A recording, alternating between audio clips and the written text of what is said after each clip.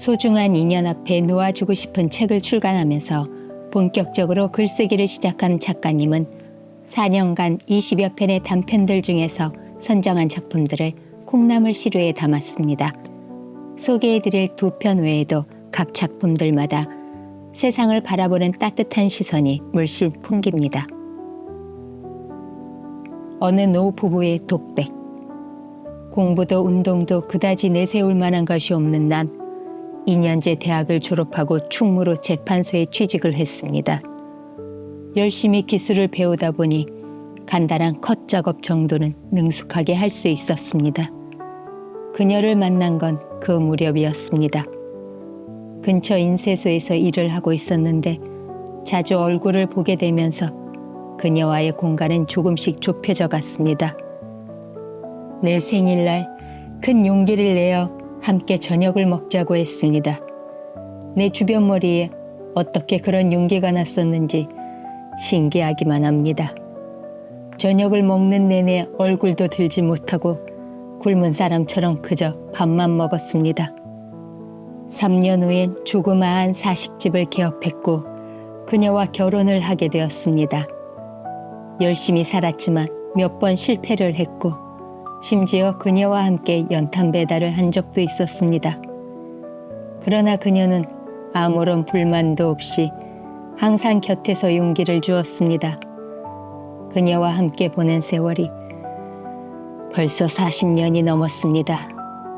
자식들도 하나둘씩 자신의 삶을 찾아 떠나갔고 다시 그녀만 남았습니다. 자식을 낳고 내 뒷바라지를 하느라 고생한 탓에 허리가 굽어버린 할머니가 되었습니다. 그녀가 나를 알아보지 못할 때도 있습니다. 간혹 길을 잃어 내 속을 태우기도 하지만 나는 행복합니다. 내가 힘들 때 묵묵히 옆에서 지켜주었던 그녀를 이제 내가 돌볼 수 있으니까요. 만약 그녀가 세상을 떠나야 한다면 나도 함께 할 수 있었으면 합니다. 그녀 없이 혼자 남는다는 것은 도무지 자신이 없습니다. 얼굴에 눈썹이 하나도 없어 어릴 때부터 놀림을 많이 받고 자랐습니다. 초등학교 입학할 때 어머니는 화장품으로 눈썹을 만들어 주셨는데 자세히 보면 금방 탈로가 날 것 같아서 항상 불안했습니다. 아이들과도 어느 정도 거리를 유지해야 했던 이유로 특별히 친한 친구가 없었고 그러다 보니 말수도 적고 소심한 성격이 되어버렸죠. 그런 제게도 사랑하는 남자가 생겼습니다. 같은 자리에서 비슷한 일을 하면서도 불만을 토로하거나 게으름을 피우는 것을 보지 못했습니다. 여느 남자들처럼 농을 걸 줄도 몰랐고요. 그저 머쓱한 웃음을 짓는 정도였습니다.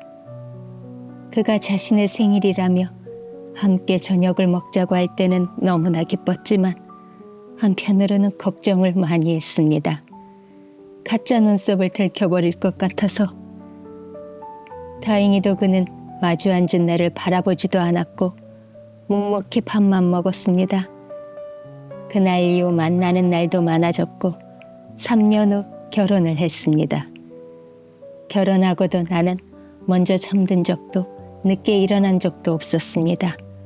혹시 나를 바라보는 그이의 사랑스러운 눈빛이 가짜 눈썹을 보고는 실망의 눈초리로 바뀌지는 않을까 불안해서였죠. 다행히 그이가 눈치를 채지 못한 채 그럭저럭 꽤 많은 세월이 흘렀습니다. 그런데 그만 컴퓨터가 나타나면서 그이가 수작업으로 하던 사식일은 사양길로 접어들기 시작했습니다. 게다가 어음이 부도나면서 우리 가족은 하루아침에 길거리로 내몰렸습니다. 처음부터 다시 시작해야 했습니다. 그래서 시작한 것이 연탄 배달이었습니다. 어느 더운 날이었습니다.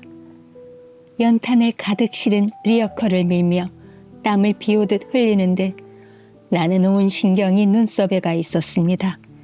설상가상으로 그만 발을 헛디디면서 연탄 위로 넘어져서 얼굴은 온통 검정투성이가 되어버렸지요.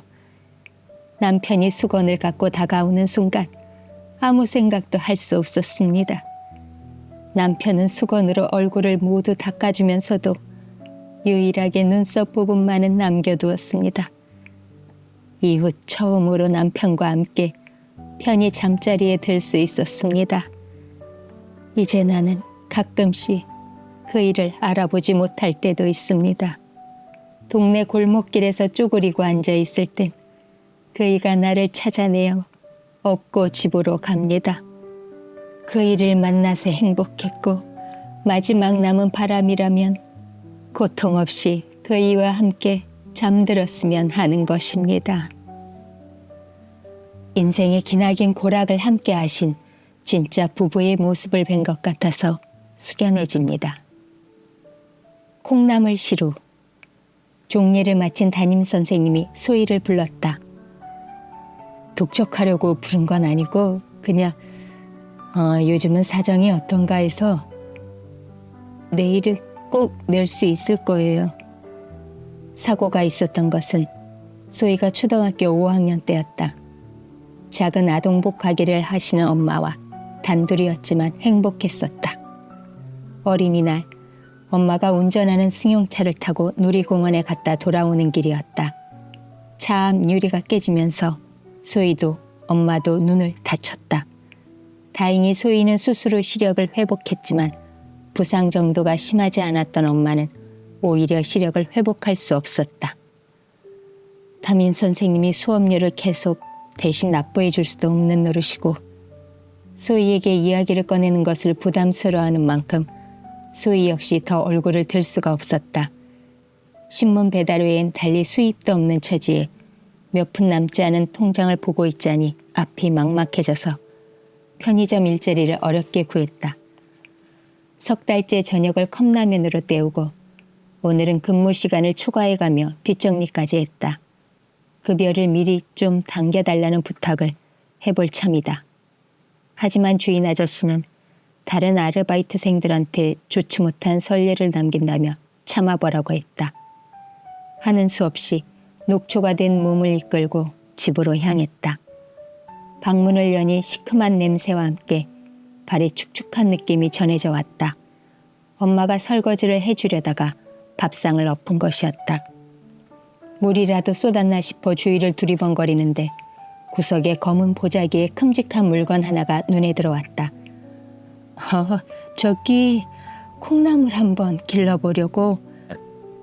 저것도 하나 길러주면 5,000원 주겠다지 않니? 제발 부탁인데 이런 짓 좀 하지 마. 나보고 어쩌라고 자꾸 일을 만들어? 내일 당장 가져가라고 해. 5교시 수업이 막 시작되려는데 교실로 들어온 반장이 다가와 담임 선생님이 급히 찾는다고 했다. 또 뭐라고 변명해야 하나. 선생님을 볼 자신이 없어 학교를 나와 무작정 거리를 걷다가 가방을 가지러 교실로 들어섰다. 덩그러니 남겨진 가방을 챙겨 들고 나오는데 멀리서 선생님이 불렀다. 엄마의 사고 소식을 전하며 빨리 가보라 했다. 건물 앞에는 국화에 매달려 있는 검정색 리본이 겨울의 찬바람에 흔들렸다. 사고가 나던 날 아침에도 엄마는 동사무소에서 준 쪽지를 내밀며 집에 오는 길에 쌀을 받아오는 게 어떻냐고 했다. 하지만 소희는 쪽지를 집어던지며 우리가 거지냐고 버럭 소리를 질렀었다. 조금이라도 어깨를 가볍게 해주고 싶어서 보이지 않는 눈으로 더듬거리며 동네 아래까지 내려오던 엄마의 모습이 떠올랐다.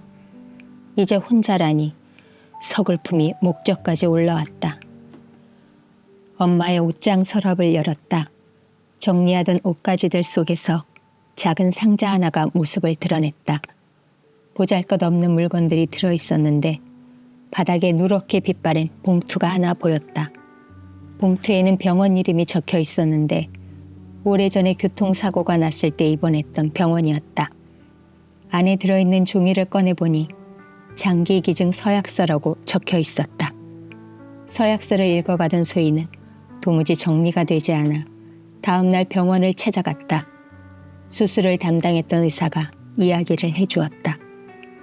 엄마와 나만 알고 있는 비밀이란다. 병원에서도 모르지. 자신의 실수로 자식을 맹아로 만들 수는 없다고 완강히 말씀하셔서 엄마를 말기암 환자로 꾸미고 장기 기증하는 것으로 하고 수술했지. 집으로 돌아온 소희는 그저 멍하니 벽만 바라보고 앉아 있었다. 엄마의 죽음이 남겨놓은 무게가 가슴을 짓누르고 있어 움직일 수가 없었다. 그때 밖에서 누군가 불렀다. 시장에서 채소 장사를 하는 아주머니였는데 측은한 눈길로 방안을 살피던 중 콩나무 시루로 시선이 갔다. 키우지 않을 거면 도로 가져가겠다고. 한 시루를 길러 기껏 5,000원을 받으면서 수업료를 마련하겠다고 생각했더니 그만 어이가 없어져 툭 웃음이 흘러나왔고 생각했다. 언젠간 엄마가 기르던 저 콩나물처럼 훌쩍 키가 크겠지. 그때가 되면 지금 다 알지 못했던 엄마의 사랑을 모두 알 수 있겠지 하고. 지금의 나이에도 모두 다 알지는 못합니다. 그저 헤아리고 더듬어 나갈 뿐입니다. 돌아가신 어머니의 유품 보자기를 다시 풀어볼까 합니다. 곧 장마가 닥친다고 합니다. 피해 입지 않도록 각별히 조심해야겠어요. 한 줌의 햇살이 되고픈 손안의 책방, 코알라 책방이었습니다. See you again.